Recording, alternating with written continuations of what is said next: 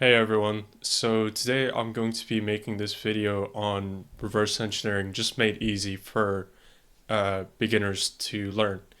Now I've made a previous video on how to reverse engineer Android binaries, but I thought I might as well make one specifically about just reverse engineering the ones you'd see in capture the flag events or CTFs.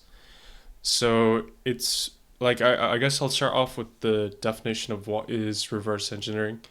So reverse engineering is more like I could describe the formal definition of it, in which it's a series of static analysis and dynamic analysis. And the static analysis is basically looking at the program while it's not running. So while it's static, that gives it the name static. And then dynamic analysis, which is more like running the program and seeing how it works. Debugging the program, setting different breakpoints, and then figuring out what happens in memory during those breakpoints and while the program is running. That's how I would describe both of those. But to put it in layman's terms, if you've ever opened up the bonnet of a car and you want to understand how a car works, you first list out the different parts in the car and see what they do, and then in case you want to see how the car moves and everything, and see like the different parts, um, the different parts moving and combusting, and all of the chemical reactions. Well, you turn the car on and you drive it around a bit. Now I'm not sure, like, would you go in with the magnifying glass while the car is running, or yeah, you could do it if it's staying still, but that's essentially the gist of it. So I'll get into explaining all of that through a practical example, because that's the best way to learn, is just by doing it yourself. And apologies, I know the camera angle is a bit weird, but that's because my monitor is so big and my camera's sitting up on top. That's my phone, so I'm just going to be looking down for the for the majority of the video. But we'll get straight in. I'll just cover like the things you need to install. So number one is you need this kind of app called Ida-Free. This is a disassembler, and what this does is it basically helps you like view the source code of things, and it helps you reverse engineer binaries. You can get this for Windows or Linux, but for now I'm doing this tutorial on Linux, and also the program compiled that I'll be going through is running on Linux. So you might want to get like a VM from VirtualBox. I'll just Google it here real quick. So you can get like Oracle VirtualBox here, and then just install it and run it, and you can run like a Linux image pretty easy for free as well. So you'll need IDA, and you'll need to go on this website called CrackMe.one. I'll leave the links for all of these in the description, but you can go to the latest CrackMes, and you can go ahead and you can work your way through all of these. Now for this one, I've downloaded one called Baby Rev, and as you can see here, like it gives you a description, and you just click download. So I'll go ahead and get straight into it and get started for you guys to see everything. So I'm just opening up the folder here. Whoops. So as you can see here, so we've got like a file. We're not really too sure what the file is, what it does, but we'll go ahead and we'll just perform static analysis. And by the way, I'm only going to be doing static analysis for this video. So in the next one, I'll cover how to do dynamic analysis and all of that. But just for the purposes of this video, I'm just going to make it pretty easy for you to understand. So once you've extracted the files here, what do you call it? Like once that's up and extracted, you've downloaded it from the CrackMe. You go ahead and you open a terminal here. So I'm just gonna do console, and what's it called? If you ever want to know like more details about a file, the Linux command for this is just type in file space baby the name of the file, so baby rev, or wait, I think it's in the directory. Oops. Clear ls, and then you do file baby rev. So you can see, 64-bit LSB executable x86 64, and the most important one is it runs on Linux. I'm just gonna take some water. So now that we've got that out of the way, let's just run the program. Ideally, you don't want to do this if it has malware. Never run malware. That's kind of bad for your machine. And if you are running anything malicious, you should probably run it on a VM instead. But I know this program isn't harmful. So as you can see, it kind of gives you a basic kind of preface to whatever's going on. It asks you to input the password. So I'm assuming what's going on here is just a basic password check. So I just type in, password, and secret code is whatever. I don't know the secret code. So I as you can see here, I gave it the password, I gave it the secret code. Nothing's working. I don't know what anything is. So how do we go about figuring out how this works? Because potentially there's some kind of comparison going on here, where I enter the password, and then somewhere in the program, it's checking my entered password against the passwords that's being read in.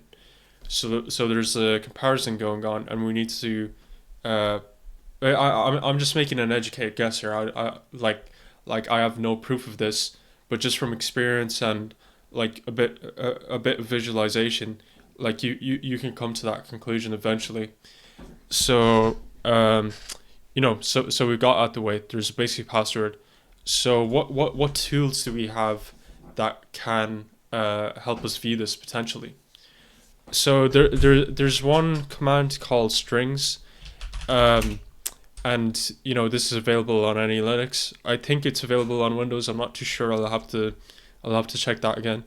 But essentially, what this does is it prints out all of the kind of strings that are present within the file. Any unobfuscated strings are just going to be printed whenever I type in this command. So you type in strings, then the name of the file, and you can see there's a bunch of stuff here. So you can see this is mainly just things to do with the important libraries. So if you've ever done a bit of programming before, you know what a string compare is. You know what putS does, that prints stuff out. You know what scanf does, and even if you don't, you can just Google these things up. You Google what is a putS function or putS command, and it'll literally just give you that. Well, I'll do it for you right here. So what is putS? Now this is I know it's C, but putS. You type in what is putS in programming. So it'll give you the definition here. So putS is a string to be printed. So all you do is if you're ever stuck on something, you just Google it. That's all you do. You don't know what's stdin is. Just Google it. That's literally all it is. So now that that's out of the way, we can see there's a bunch of stuff here, and the program is kind of trolling us here because they put in a fake flag over here, just to throw us off a bit. So since we use the strings command, now they're just kind of trolling you or baiting you and saying, oh yeah, I know you're using strings, you shouldn't be using strings, but that's just that's just the author's just trying to annoy you. But as you go down the program, you can see the program is now asking for inputs. So I'm guessing this is the password because it says super secret password. So that's the advantages of using strings. is without even opening the program in a disassembler, you can just really quickly go through anything that seems of interest, and you can combine it with grep maybe to grep for flags. That would be handier. Well, let me see if I can actually do that. My what's called strings baby rev grep ctf. So as you can see with the grep command, I can just filter through all the strings and see if a flag is already in there. So that's a quick way of doing it if you don't want to go through all of the strings available. So we can see, you know, there's being a comparison being done. There's a correct thing, and then there's like, here's your flag. I'm assuming that's the, like, when we type in the right code and the right password, you know, it gives us the real flag essentially. So like, let's just go ahead and try that. Let's enter in the flag, or enter in the password. So we get the password. Oh yeah, here it is. So I entered in the password, and now it's asking us for secret code. Well, I don't know what the secret code is. Let's just guess it to see what happens.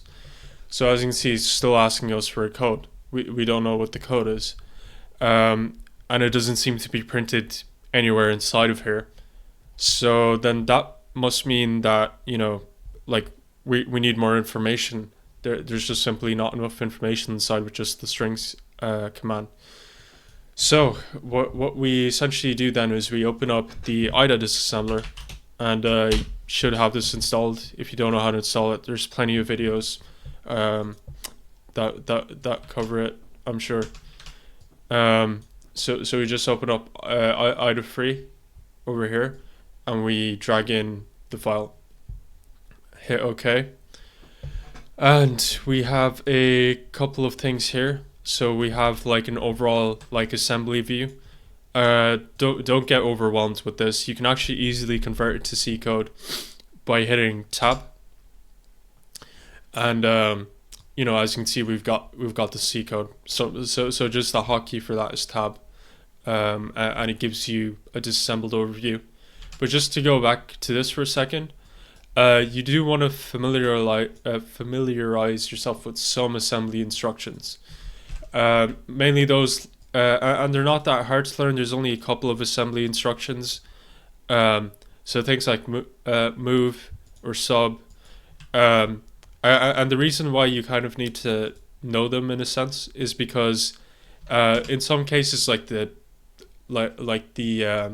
disassemble view doesn't give you the whole picture, or like it's wrong, it's being disassembled wrong, or there's something going on. And sometimes what happens is there's stuff being like hidden in memory here.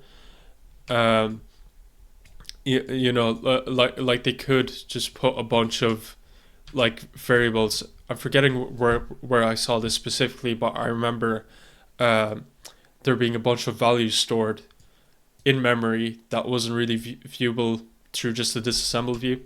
So you will need to learn a bit of assembly and understand what's going on. Like, for example, like stuff, when you see like an RBP plus var thing here, that's usually to do with some kind of array, or some values being stored in some variables or something. So all this will come to practice. What I recommend doing is just like move to like go to the disassemble view, click like on a variable here, and just to get an understanding of what goes on in assembly, just hit tab, and then, you know, you understand what's going on here. So you can use you know, like tab to cross and compare like different stuff in assembly. So that's a very handy thing to know. But for the simplicity of this video, like, since it's your first rev challenge, I'll just put a disassembled view in it. So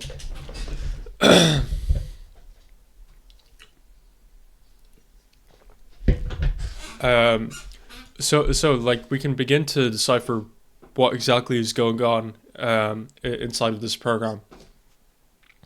First, it does a getS function, which essentially just like what a getS does. If you don't understand anything, just Google it. So fgetS. Okay, so fgetS is a built-in function that reads the given number of characters of a line from an input stream, and it stores it into that specified string. It stops when it reads either a given number of characters, the new line character, or the end of file, the EOF, is reached. So essentially, it's just like it's asking you to enter stuff in. That's all what getS does, and then putS, if you remember from earlier, all that does is just print characters to a screen. So it's telling the user input the secret code now, and then the fgetS that allocates it to a string here, a string called s. It's stored in a character variable here. So if we go down the program here, you know, like we can see that another scanf function is going on here. Oh wait, and you can see the putS function like telling you to input the secret code. So I'm guessing whatever the scanf function is doing is it's storing the code that we entered inside of a variable, and that variable name it could be anything, but a good habit or a practice to do inside of Rev is to rename the variables. So we're going to rename this into what's called input code. So so now that we've understood the function and we've renamed the variable using the IDA disassembler, we can see everywhere inside of the program that's now renamed to input code. So so scanf like puts that into input code.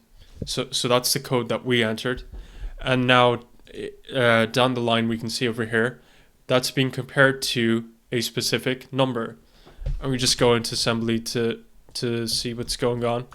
We can see a comparison operator is happening between 539, and that's in hexadecimal format, and then that translates to 1337 in decimal notation. A quick what's it called? Like you can use CyberChef. So the link to it is called cyberchef.io, but you can use this to easily transfer from hex to decimal, or to like from whatever, from basic 64. So this is a very handy tool to have. But yeah. So we can see a comparison is going on.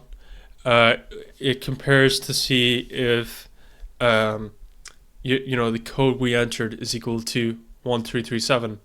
So we know what the password is. It's just 1337.